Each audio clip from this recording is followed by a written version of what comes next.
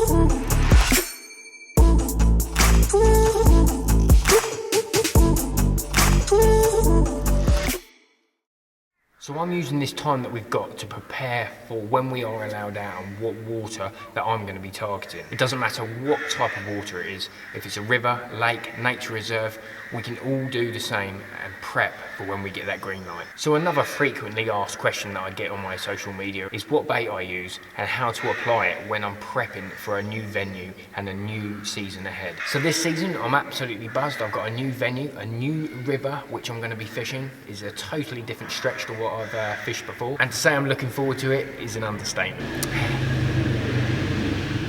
That's the only thing with filming under a bridge, it's pretty echoey. Hello. Hello.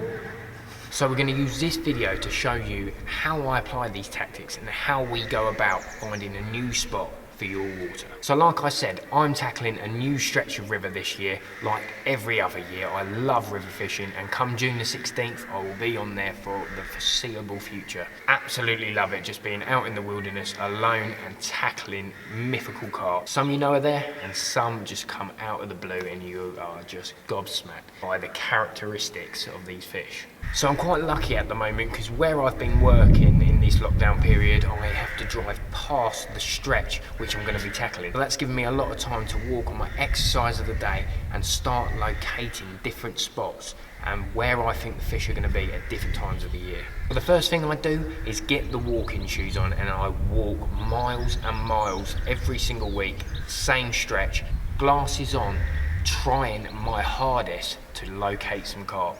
And if you can find something on your first few walks, you've got a starting point. But that's not all I go on. You've got to take into consideration the venue that you're going to be tackling. Because over the years, I've fished a wide variety of different rivers, from big tidal ones to small little streams. And they all need a different angling approach to catch those carp. But once you've learned what you've let yourself in for, you can then start trying to find spots.